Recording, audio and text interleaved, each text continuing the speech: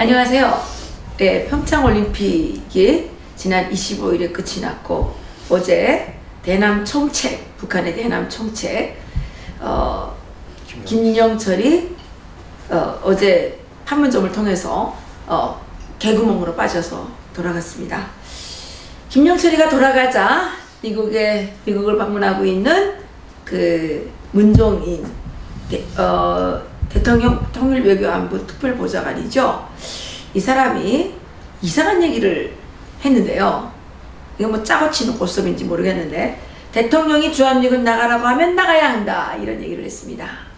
예, 그래서 많은 사람들이 김영철이가 와서 무슨 쑥독공론을 하다가 돌아가실 것인가에 관심을 가졌는데 예, 하나의 실머리가 잡히는 것 같습니다. 김영철은 주한미군을 어떻게 한반도에서 철수시킬 것인가를 와서 공모하다가 돌아간 것이 아닌가라는 생각을 가지게 합니다. 그래서 오늘 지난번에 그 한 번 모셨던 적이 있는데요. 우리 김상기 애국 시민님과 또 우리 현장에서 열심히 발라들고 계시는 우리 나지훈 리버티 코리아의 기자님을 모시고 대담을 나눠보도록 하겠습니다. 안녕하십니까? 안녕하십니까? 예, 반갑습니다. 예, 안녕하십니까? 지난번 방송을 출연하시고 나서 어떻게 주변에서 어떤 반응이 있었습니까? 뭐 주변 반응을 뭐 느껴볼 시간도 없이 예. 뭐 하루가 멀다 하고 이 문재인 정부에서 갖가지 의혹과 여러 가지 진짜 국익에 도움이 안 되는 행태를 하기 때문에 그런 걸 체크할 시간도 없습니다. 없었습니까? 근데 제가 박사님 오늘 이거 김영철 얘기가 주가 많이 되지 않습니까? 네. 그래서 시작하기 전에 이번에 김영철 이 방남을 저지하지 못한 우리 국민으로서 천안함 용사와 그 유가족에 대해서 참 같은 국민으로서 그런 걸 막지 못했다는 것에 대한 굉장히 비통한 마음과 그런 너무나 죄송스러운 마음을 참 금할 길이 없습니다. 한번 진짜 천안함 용사와 그 유가족에 대해서 우리 사죄 인사를 한번 하고 시작하는 것이죠. 네. 정말 죄송합니다. 죄송합니다. 네, 정말 좋은 말씀을 해주셨고요. 사실은 오늘은 김상기 선배님이랑 우리 시민 기자라고 얘기하시는데 김상기 선배님이랑 이렇게 또 우리 박사님하고 저하고 이렇게 모인 것은 여러 가지 지금 우리 평창올림픽 폐막식부터 어제까지 여러 가지 일들을 하나하나 풀어보고자 한번 모였는데 이게 뭐 우리가 푸는 건 아니고 실제로 보면 뭐 아까 박사님 들어오시면서 많이 웃었지만 제기를 위한 것이니까 조금씩 우리 좀 우리가 그 민초로서 우리 일반인으로서 우리가 가지고 있는 생각들을 좀 사심 없이 한번 얘기했으면 좋겠습니다.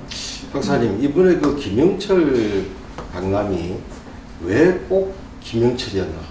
꼭 왜 김영철이어야만 했나? 그거를 거부하지 못한 이 한국 정부의 그러한 내막이라든가 왜 꼭 굳이 김영철이었을 수밖에 없냐는 그런 거에 대해서 한번 생각을 해본 적이 있으십니까? 그건 뭐 간단한 거죠. 저로서는 김영철은 북한의 정찰국은 어떤 것이냐면 그 대남 전투원들을 파견하는 것입니다. 그러니까 군인 대남 요원들을 그래서 그 대남 공작원들을 이쪽에 파견할 때 이렇게 엄호해 준다든가 그 도와주거나 이 천안함 폭격이라든가 폭침이라든가 목함 지뢰라든가 그리고 일단은 대한민국에 대한 테러 행위를 실시하는 것이 북한의 정찰국입니다. 정찰국 국장을 지냈고 지금 현재는 북한의 노동당 통일전선사업부 부장입니다. 북한의 통일전선사업부 부장은 어떤 것이냐? 북한의 대남 적화 통일 정책을 총괄하는 부서로서 북한의 대남 총책이라고 봐야 되는 겁니다. 그러면 대남 총책이 내려왔다는 것은 지금 문재인 정권과 이 대남 적화 통일을 위한 어떤 공모가 필요하기 때문에 내려온 거 아니겠느냐. 그리고 북한이 지금까지 실시해왔던 자기들의 대남 적화 통일 전략에 대한 어떤 실행, 현지 시찰 온 거죠. 현지 시찰. 그런 거기 때문에 저는 뭐 탈북자로서 그런 생각을 갖고 계셨는데 우리 김상기 선생님께서는 대한민국 국민으로서 어떤 생각을 가지고 계셨습니까? 처음에 김영철 박람회에 대해서 이제 저희가 처음에는 그렇게 생각했습니다. 이거는 대한민국에 모욕감을 주는 거다. 우리 용사들을 북침에 천안함 북침한 원흉인데 이거는 대한민국 얼굴에 침 뱉는 일이 아니냐.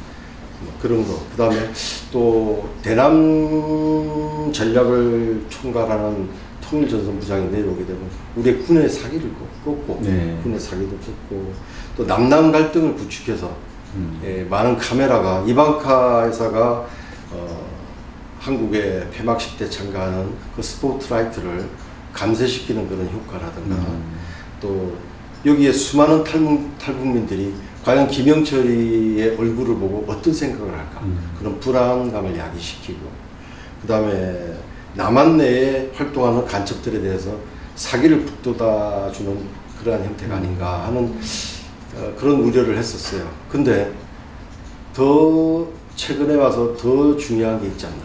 왜 꼭 김영철이라고 했을까?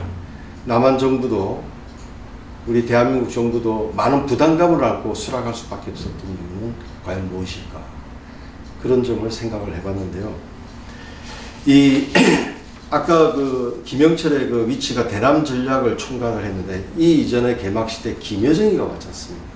이 김여정이가 오고 뭔가 더 한 단계 레벨업 되고 구체적인 사항이 진행될 것이라는 걸 김여정이 왔을 때 그때 이미 확정이 되지 않았나. 그래서 김영철이가 내려올 수밖에 없다.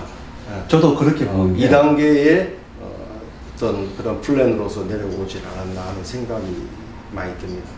그럼 내려와서 뭐를 해야 됐을까? 중요한 거는 북한의 궁극적인 목표는 미리 결론적으로 말씀드리면 한미 동맹을 파괴시키고 그 다음에 파괴시키고 미군 철수를 통해서 한반도를 적화 통일한다는 게 변함없는 목표 아니겠습니까? 네, 맞아요. 그렇다면 김영철은 이번에 우리 대한민국 정부, 문재인 정부와 지금 미국이 가하고 있는 대북 제재의 회피 방법 어떻게 하면 이 대북 제재를 회피할 수 있는가 또 남북 정상회담에 관련된 의제라든가 또 미국이 북한에 대한 제재에 대해서 플랜 A, B, C에 대한 상세한 얘기를 토론하지 않았을까 이러한 생각이 많이 듭니다. 저는 어떻게 생각을 하냐면 지금 말씀하신 대로 우리가 이게 다른 나라 국빈이 방문한다든지 지도자가 방문하게 되면 분명히 대통령에 맞는 격에 맞는 분이 오게 돼 있지 않습니까? 그리고 실무진들이 이제 뭐 장관급이나 차관급들이 실문을 하고 마지막에 이제 대통령이나 이제 어떤 상대편의 대통령이 발표를 하지 않습니까? 그런 정상적인 루트의 단계를 제가 봤을 때 말씀하신 대로 개막 전에 김여정이 왔어요. 그죠? 와서 어떠한 포괄적 얘기를 하고 실무자인 김영철이가 와서 좀 더 업그레이드 되고 좀 더 구체적이고 좀 더 디테일한 얘기를 해야 되는데 그렇게 보게 되면 좋았습니다. 자기들이 모여서 무슨 작당을 하는데 우리 뭐 모의 작당을 한다는데 뭘 하는지 모르겠지만 그렇게 됐을 때 김영철의 격이 문재인 대통령하고 맞는지가 저는 상당히 그게 대한민국 사람으로서 너무 자존심 상하거든요. 이건 회담이 아닙니다. 그렇지 않습니까? 맞아요. 회담도 아니죠. 맞습니다. 미국 제재에 대한 공동대책회의나 모의 수준밖에 안 됩니다. 그러니까 뭐 지금 좋게 얘기해서 공동대책 저는 사실 작당 모의라고 저는 하고 싶은데 우리가 왜 북한이랑 공동대책회의를 해야 됩니까? 미국과 우리는 북한의 핵도발이라든가 북한의 그러한 행태에 대해서 대책회의를 해야지 미국에 대해서 북한과 우리가 대책회의 할 일은 없습니다. 그렇게 따져보면 정말 조금 이게 우리 저쪽에서 소통을 얘기하지 않습니까? 사람 중심을 얘기하는데 평창 폐막식 때 그 140분, 2시간 20분 동안 과연 무엇을 어디서 어떻게 했는지 아무도 지금 아는 사람이 없습니다. 140분은 뭐예요? 140, 동선을 먼저 좀 얘기를 한번 해봐야겠습니다. 평창에 그때 가셨습니까? 예. 직접 목격을 하진 않았지만 평창에 가서 들은 소식이죠. 네, 그렇습니다. 그러니까 평창에서 어떤 일이 있었습니까? 평창하고 또 언론을 통해서도 조합을 해봤는데 일단 김영철의 동선을 확인을 해볼게요. 김영철은 몇 시에 왔습니까? 김영철은 언론 발표대로 25일 날 통일대교를 넘는데다가 못하고 군사 작전도를 위해서 전진교를 넘어서 독서역에 와서 KTX를 타고 평창을 갔죠. 그런데 25일 날 평창에 몇 시에 도착했습니까? 평창 도착한 시간은 제가 지금 정확히 기억은 못하겠습니다. 네. 근데 문제는 25일 날 방남을 해서 행사장에 나온 것은 8시에 나왔습니다. 예, 그때 폐막식 직전에 나왔죠. 네. 일정을 25일부터 확인을 해보면 폐막식에 참석을 했는데 폐막식에 여러분들 그 TV에 보시면은 그 문재인 대통령의 입장에서 그 뒷줄에 김영철이가 있으면서 김여정이와 같은 위치에서 이렇게 악수를 하는 장면을 보셨을 겁니다. 그 장면이 처음 만난 듯이 악수를 했는데 그 악수하기 이전에 이미 3시간 전에 김영철과 문재인이 비밀리에 만나서 회의를 했습니다. 어디서 만난 겁니까? 스타디움 내에서 만났다. 그 장소는 언론도 모르고 누구도 모르고 아무도 모르고 시간도 모르고. 그러니까 평창 그 경기장 안에서 만났다는 거죠. 그럼 3시간 전이면 최근 8시면 한 5시. 이거는 그러니까 제보입니까? 아니면 직접 보신 이거는 이 내용은 언론에서 언론도 확인한 거고, 문제는 비밀리에 문재인이 몇 시에 모처에서 모시각에 2시간 20분을 김영철과 얘기를 나누고 나왔습니다. 근데 문제는 언론의 일절 비공개뿐만 아니라 하는 것조차도 몰랐고 한 뒤에 알았는 겁니다. 한 뒤에도 지금 저희들은 아직까지 취재 기사도 좀 못 쓰고 있습니다. 무슨 얘기가 온 건지 모르니까. 근데 문제가 뭐냐면 원래 25일날 폐막식에 참석하면 26일쯤 문재인 대통령을 만나지 않을까 하는 예상은 했었습니다. 네, 그렇죠. 근데 전격적으로 폐막식 도착한 그 장소에서 전격적으로 만나는 거예요. 이거는 아무리 봐도 문제가 있다. 맞죠, 문제가 있다. 네. 이거는 비공개가 아니다. 비공개라면은 일정이 알려진 상태에서 외부에 유출 안 시킨다는 뜻이지, 이거는 비공개 수준이 아니라 거의 비밀 만남입니다. 그렇죠. 비밀 모임. 그러면 그 대한민국은 대통령이 제왕인 국가가 아니라 문재인 대통령이 늘 얘기하는 것처럼 국민이 주인인 나라입니다. 그러면 주인들에게 국민의 알 권리에 기초해서 그 2시간 20분 동안 만난 것이 사실인지, 그리고 어디에서 구체적인 내용은 아닐지라도 어떤 의제를 가지고 만났는지, 이거는 국민한테 밝혀야 될 의무가 있습니다. 왜냐하면 김영철이가 그냥 사람이 아니라 북한의 대남 공작 총책입니다.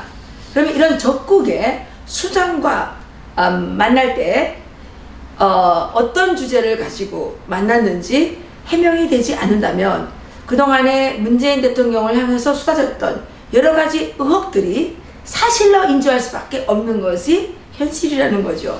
국민들은 문재인 대통령의 정체를 의심하고 있고, 고영주 변호사님께서는 문재인은 공산주의자라고 발표를 하셔서 지금 소송도 올려 있지 않습니까? 그러면 문재인 대통령이 공산주의자가 아니라는 것을 증명하기 위해서는 김영철은 공산주의자죠. 김영철은 공산주의자이고 대한민국을 공산화시키기 위해서 앞장서서 그 모든 전략과 계획을 실행하는 그 수장입니다. 이런 수장이라는 자와 왜 만났는지, 만나서 대략적인 의제는 무엇을 토론을 했는지, 이런 것을 만나서 토론한 시간은 어느 정도 되는지, 이걸 구체적으로 밝히지 않으면 청와대가 지금 적국과 내통을 했다는 사실밖에는 되지 않는 거죠. 네, 이런 일 때문에 저희들을 잡아서 가두고 고문을 하고 총살을 한다고 할지라도 이것은 진실이고, 이 진실을 알리기 위해서 노력하는 것이 언론이고, 또 이 진실에 눈 감고 있으면 그 나라는 죽은 나라이기 때문에 저희는 이런 의혹 제기를 할 수밖에 없는 것입니다. 청와대는 1시 바삐 2시간 20분입니까? 네. 2시간 20분 왜 예정에 없었던 만남을 가지게 됐는지 예정에 있었다면 왜 그것을 국민들에게 알리지 않았는지, 그리고 그 의제가 무엇이었는지 국민들 앞에 신속히 밝혀주시기를 바랍니다. 이 타임에서 제가 한번 말씀드리면 세월호 7시간 가지고 그렇게 얘기를 했었어요. 근데 세월호 7시간은 사고예요. 사고인데 이거는 지금 적군의 수장과 만난 거예요. 여기에 대해서 아무런 얘기가 없다면 이건 정말 문제가 있고요. 또 하나는 지금 김상기 우리 시민 기자님께서 지금 저희가 얘기한 게 뭐냐면 폐막식이 끝나면 보통 그 다음날 돌아가는 게, 아니면 그날 뭐 돌아간다는데 선수들과 같이 돌아가줘야 되는데 그렇지 않고 워크힐 호텔에서 하룻밤 더 묵었단 말입니다. 그러면 과연 김영철이 하룻밤만 더 먹은 게 아니라 이틀밤을 더 먹은 거죠. 그러니까 그렇게 따지면 공식적으로 이틀밤 먹은 거죠. 그러니까 폐막식 끝나고 이제 북한 선수들이 돌아가는 그 시간 하루 보고 그 다음 하루를 봤을 때는 이 하루를 과연 김영철이가 무엇을 위해서 있었는지도 사실은 대한민국 국민으로서는 정말 궁금하거든요. 그러면 이런 것들은 그 대형 언론들이 그 심도 있게 다뤄야 될 부분이 아닌가. 그 앞에 가서 김영철이 얼굴 하나 찍으려고 난리를 치는 게 아니라 김영철은 그 시각에 어디에서 무엇을 하고 있는지 이거 알려야 되는 거죠. 제가 그날 워커힐 호텔에 잠깐 가보니까 경찰이 무슨 철통같이 이제 방어를 하고 있고, 그 16층 전층을 완전히 몽땅 다 차지하고, 워커힐 호텔은 그날 모든 호텔 객실이 만석이 됐다고 사람도 받지 않았습니다. 그러면 워커힐 호텔에 진짜 모든 객실이 만석이 됐었는지, 이것도 워커힐 호텔은 밝혀야 됩니다. 그러지 않으면 워커힐 호텔 또한 북한의 대남 공작 총책의 전략에 자기도 모르게 공모해서 활동하는 역할을 한 거죠. 왜 국민들이 그 호텔에 못 들어갑니까? 김영철이가 제왕입니까? 하늘에서 내려온 하나님입니까? 거기에 왜 못 들어가냐 말이죠. 모든 호텔이 다 찼다는 거예요. 그게 그렇게 될 수가 없는데, 어쨌든 워커힐 호텔도 이번에 부적절한 행위를 했고요.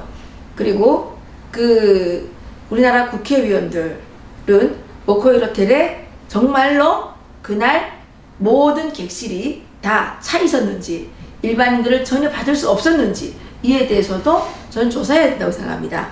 그리고 김영철이 온 데 대해서 그렇게 많은 수의 경찰 병력을 투입을 해서 국민들을 차단을 했어야 되는지, 국민들에게 위압감을 줬어야 되는지, 그게 호텔입니다. 거기에 경찰 병력을 그렇게 대규모로 투하해가지고 사람들에게 위압감을 주는 새로운 신공포 시대를, 신공안 시대를 문재인 정부가 열고 있지 않는지, 우리나라 정치인들 뭐 하고 있습니까? 이런 걸 조사해야 되는 거죠. 이게 우리나라가 국민이 주인된 세상 맞습니까? 이게 나라냐 그러면서 떠들던 그 촛불들은 뭐 하고 있습니까?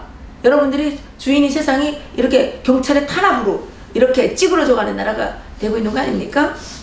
저는 이런 것들을 정리해서 이런 것들을 국민의 알 권리에 막 맞춰서 알려주는 것이 언론의 사명이 아니겠는가. 그리고 여기에 대한 진정성과 진실을 파헤칠 수 있도록 조치를 하는 것이 야당 정치인들의 몫이라고 생각을 합니다. 야당 정치인들 이번에 수고하셨습니다. 물론 통일대교에 가서 밤샘을 하면서 하셨는데 그것만 해가지고 안 됩니다. 워커힐 호텔 조사하십시오. 워커힐 호텔 조사하시고 수많은 경찰 병력을 거기에 투입한 데 대해서 경찰청장들을 조사하십시오. 어떻게 민간 호텔에 그렇게까지 할 수 있는지, 이런 게 민주화 투사들이 떠들던 공안 정국 아닙니까? 이런 거 조사해야 됩니다. 그리고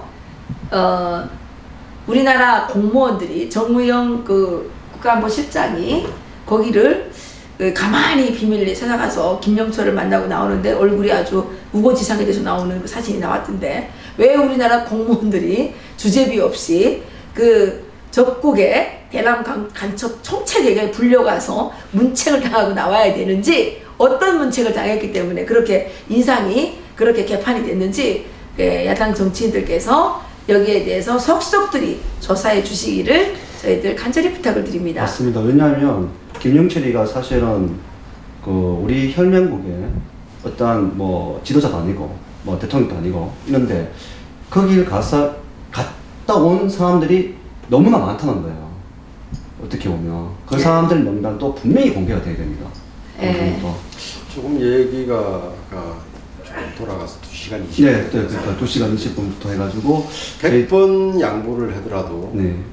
우리 국민들 저항 때문에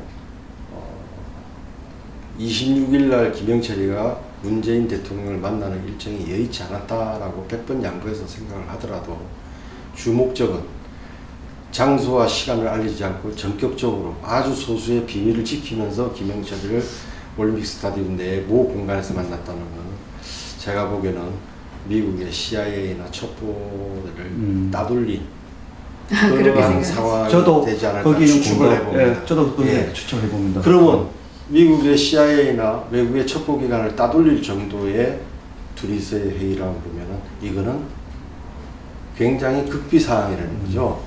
그러면 CIA가 이거는 전격적으로 조사를 해야 되겠네요.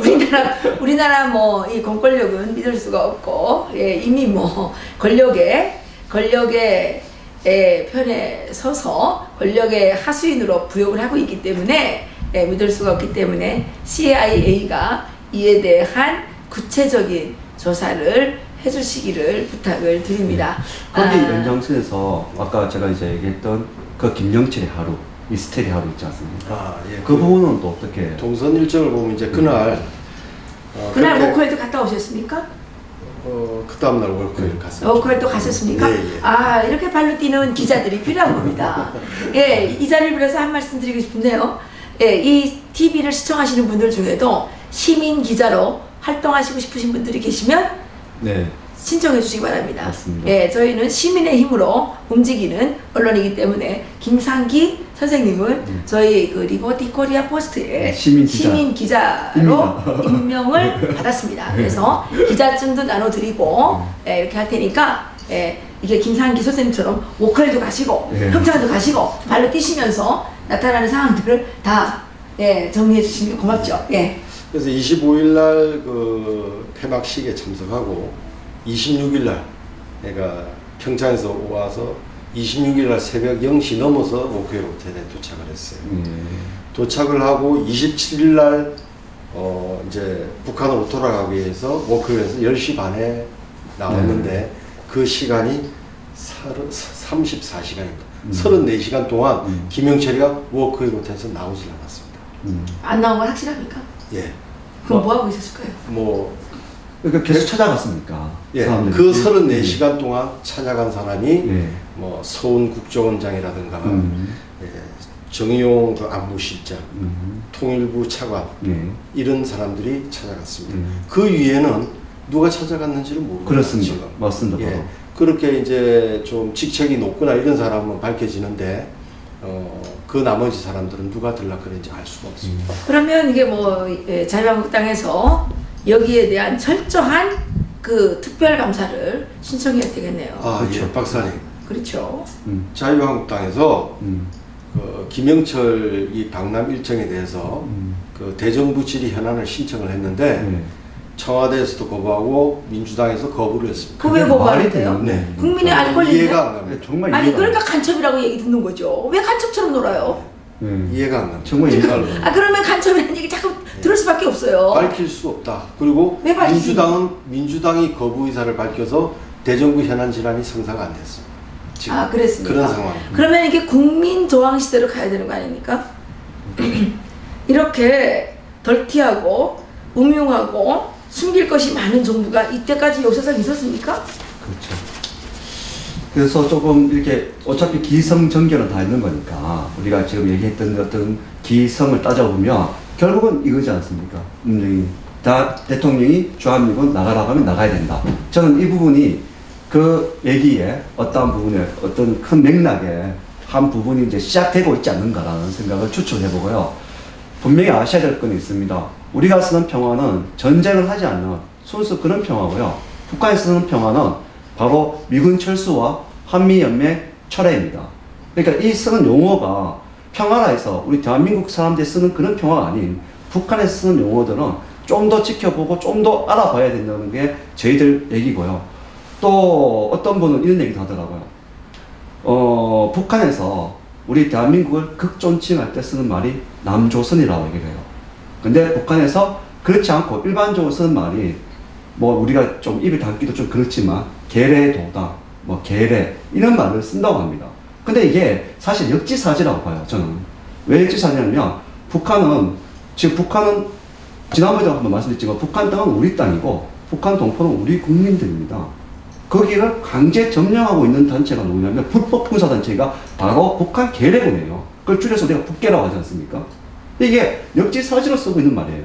걔네들이 우리를 또 오히려 뭐 계례도당, 계례군 이렇게 얘기를 하듯이 한단 말이에요. 실제로 계례군 쟤네들이에요. 우리 동포들을 강제 점령하고 있단 말이에요. 그러니까 이런 부분들은 우리 지금 문재인 정부가 생각해야 될 게 뭐냐면 일제강점기 때 지금 제국주의자도 해당한 것밖에 안 돼요. 근데 이걸 정말 한번 근데 이 문정인 대통령 외교안보 통일외교안보 특별보좌관이라는 사람이 이 문제의 그 발언을 한 게 이게 한두 번이 아니거든요. 네, 맞아요. 지난해에도 그 6월인가요? 미국에 가서 그 한미합동 군사훈련을 중단해야 된다 이런 발언을 노골적으로 하고 다녔죠. 그랬는데 이번에는 아주 대담하게 대통령이 주한미군 나가라고 하면 나가야 된다 이런 발언을 했는데 대한민국 국민들 뭐하고 있습니까? 다 숨소리 이제 숨도 쉬지 못하는 식물인간 상태가 된 겁니까? 이번 3.1절 태국이 집회는 이걸 해야 되는 겁니다. 이 문재인 정권의 이 반역적, 친공적, 종북적 행태에 대해서 우리가 더는 용납하지 못하겠다라는 것을 의지를 발표하죠. 그러지 않으면 이게 뭡니까 이게? 이게 지금 북한의 김영철이가 하고 싶은 말을 문정인 통일외교안보 특별보좌관이 한 거 아닙니까? 이 사람은 뭐 김영철의 뭐 오른팔입니까? 왼팔입니까? 대변인입니까? 통일외교안보라는 직책을 가지고 있는 분이 아니 26일 날 하루 종일 대한민국 정부 관리들을 그 보스처럼 불러 들여다가 문책을 하고 뭐 밀담을 하고 나서 그 다음날 김영철이가 떠나가자 현지 시간 27일이니까 오늘이군요. 오늘. 네, 맞습니다. 오늘이군요. 네, 27일이니까 미국은 우리보다 좀 늦지 않습니까? 오늘 새벽에 이런 발언을 한 문정인은 이 전화통화로 뭐 이걸 다 지시를 받은 겁니까? 예, 한미동맹의 큰 틀을 흔드는 굉장히 무서운 말. 아주 무서운 말입니다. 지금 주사파의 그 임종석, 그 다음에 문정인, 이 전부 다 북한과 거의 똑같은 단어와 말을 쓰는 사람들입니다. 네. 이게 지금 문정인 씨가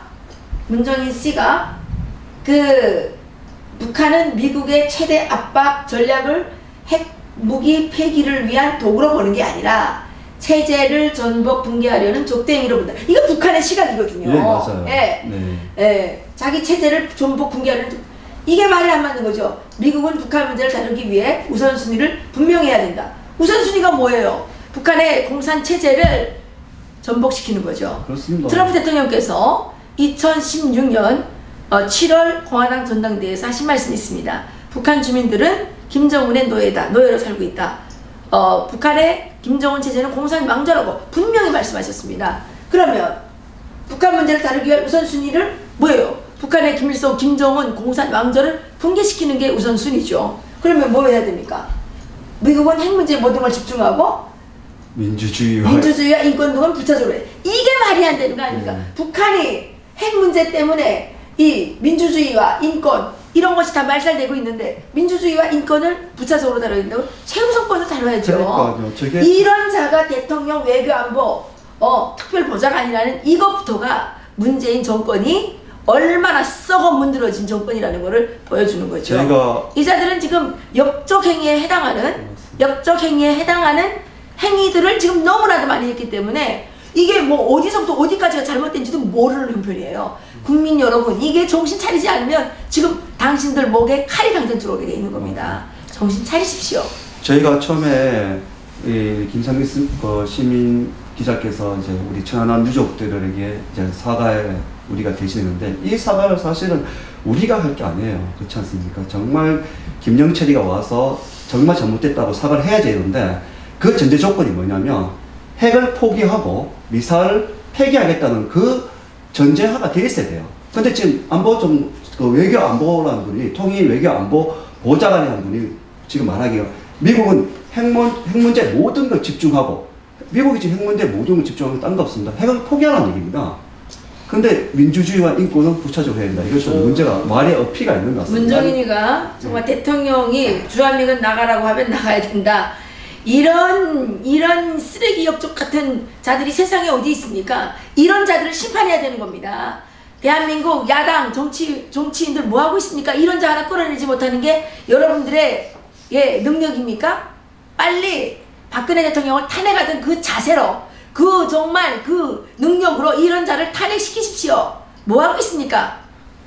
신빈 기자님께서는 어떻게 생각하십니까? 근데 여기서 그 한반도 비핵화 문제에 대해서 제가 제 개인적인 생각입니다. 네. 좀 문제점이 저는 있다고 봅니다. 지금 북한의 핵 포기와 미국과 딜해서 미군 철수의 문제하고 같이 다루지면 안 된다고 생각합니다. 그렇게 하려는 게 지금 저것들의 수작이에요. 이 핵 포기를 하는 대가로 미군 철수를 해야 그건 안 된다는 되죠. 거는 이거는 핵 무력으로 초카 통일의 완성을 성공을 한다는 소리예요. 그래서 이번에 지금 비핵화 문제에 우리가 너무 몰입이 하게 되면 비핵화만 되면 이 모든 게 다 평화가 된다고 생각하는 큰 오산이 있을 수 있는 문제가 뭐가 있냐면은 우리가 과거에 북한이 핵을 안 가졌을 때 우리가 한반도가 평화로웠습니까? 그렇지 않습니다. 핵을 포기하고 미군이 철수하게 되면 바로 적화통일되는 문제가 생겨요.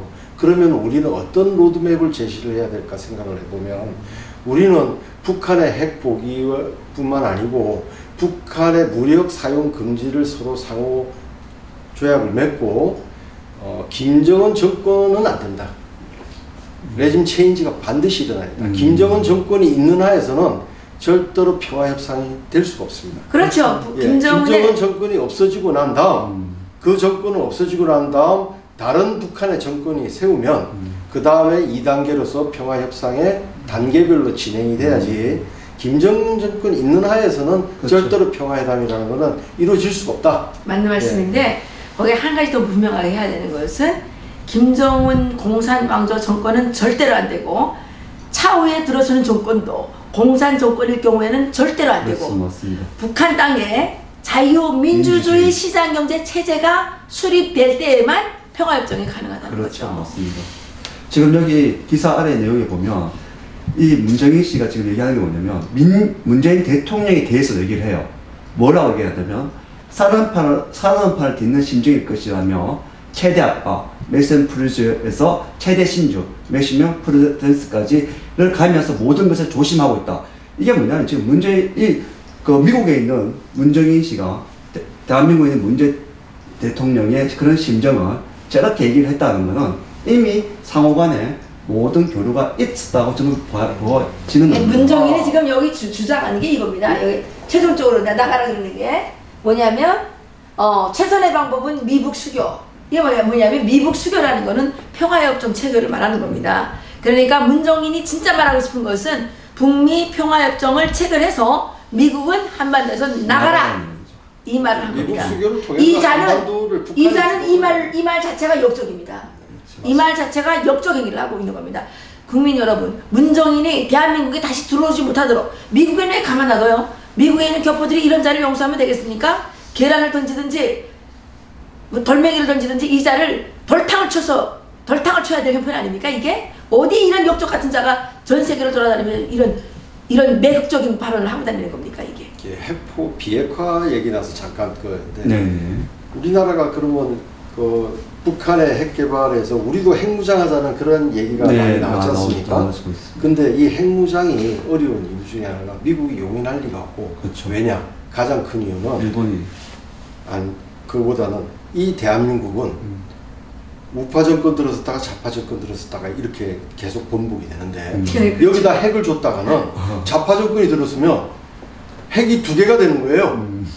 북한과 남한이 동시에 핵을 다 가지고 있으면 자바적거리 들었으면 미국의 공격 능력이 2배로 향상이 될 수가 있어요. 그래서 못하는 겁니다. 그래서 제가 볼 때는 오히려 우리도 핵을 저기서 핵 포기가 안 된다면은 핵 개발보다는 전술핵 배치를 통해서 단계적으로 좀 수위를 높여가야 되지 않나 이런 생각이 되고, 아까 그 문재인 여기 문재인 대통령부터 시작해서 모든 김영철 이렇게 왔는데 사이드적인 얘기로 네, 이 정권이 과연 진짜 나라를 위한 진정성이 있는가 없는가를 한번 체크해 볼 시간에 야담으로 생각하고, 이번에 김여정이 오고 현송울이 오고 김영철이 왔을 때 과연 이 사람들 DNA를 수집했냐 하는 게 저는 굉장히 궁금해요.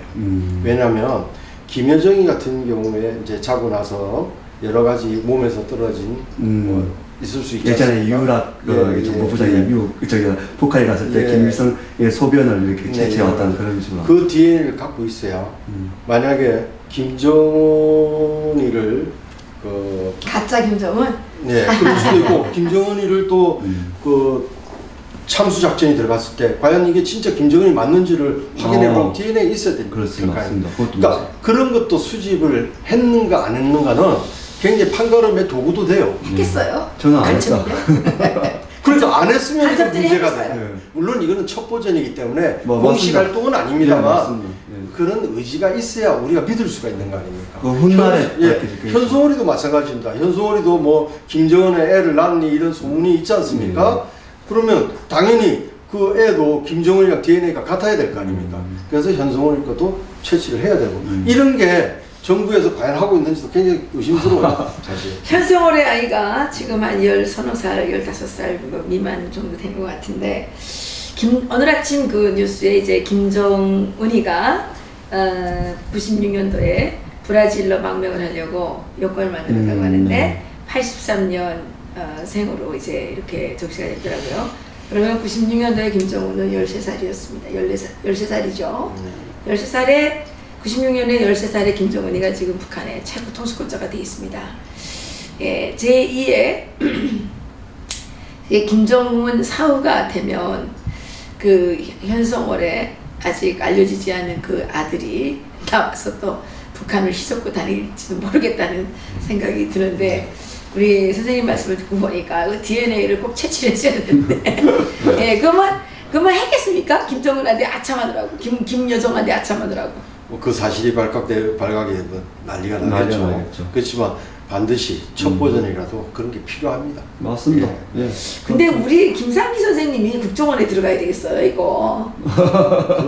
예리하신데요. 그런 무서운 얘기는 좀 안 하셨습니다. 예리하신데요. 우리 시민 기자로서 정말 자격이 충분하시고, 예. 앞으로는 일주일에 한 번씩 기사 내주십시오. 이거 제가 그런 게 아니고 지금의 현 정부가 저를 이렇게 만드는데 굉장히 큰 공이 큽니다. 원래 직이 뭐였어요? 원래 직업이 뭐였어요? 네, 그냥 회사원이었습니다. 회사원이요? 셀러리맨이었습니다. 셀러리맨. 근데 진짜 셀러리맨들은 경쟁력이 있죠. 왜냐하면 국제시장에서 경쟁을 해야 되기 때문에, 국제시장에서 경쟁을 한다는 것은 수많은 정보의 탐색과 첫 버전을 방불케 하는 그런 전쟁이 있는 거죠. 근데 우리나라 지금 정치인들은 너무 못해요. 일할 줄도 모르고 마마보이 같고 어쨌든 답답한 마음인데, 예, 그래서 정치인들과 언론에 지금 수많은 그 과제를 던져주고 있습니다. 이 시대가. 그래서 우리가 이 시대를 얼마나 예리하게 분석을 하고 얼마나 예리하게 통찰을 해서 이 위기를 극복해 나가야 될지 우리 국민들께서도 여기에 깊은 관심을 가지고 정말 이제는 목소리를 내야 될 때가 됐다고 생각합니다. 우리나라 제가 금방 왔을 때 이제는 말할 수 있다 이런 프로그램이 있었는데, 정말 이제는 국민들이 나서서 이제는 말할 수 있다라는 그 의지를 가지고 대한민국의 자유민주주의 시장경제 체제를 허무는 공산주의적, 사회주의적 이 추정 세력들을 우리가 털어내지 않으면 우리의 미래가 너무나도 불행해진다는 사실, 이 시간 다시 한번 깨닫게 됩니다. 오늘 수고 많으셨습니다. 네. 고생하셨습니다. 또 하실 말씀은 없으신 거죠? 마지막으로 한마디 한다고 그러면, 네. 모든 과정이 투명해야 과정이 공정해야 결과도 공정해지고, 과정이 정의로워야 결과도 정의롭다. 이거는 우리 국민들이 다 알고 있는 내용입니다. 이거를 부디고 인식하셔서 모든 일을 좀 해 주셨으면 좋겠고, 또 하나는 지금은 군도, 경찰도, 사법부도, 언론도 다 믿을 수가 없습니다. 우리에게 굉장히 주어진 조건이 여러 가면 지금은 우리 국민만이 답입니다. 우리 국민이 해결할 수밖에 없는 상황입니다. 그래서 우리 국민 모두가 이 문제를, 이 국난을 극복하기 위해서 전부 좀 나서 주셨으면 좋겠습니다. 네. 정말 너무 끝맺음을 잘 해주셨는데요. 정말 맞습니다. 이제 국민들이 나서야 되고 시민이 나서야 될 그런 상황인 것 같습니다. 네, 오늘 감사했습니다. 네, 감사합니다. 수고하셨습니다.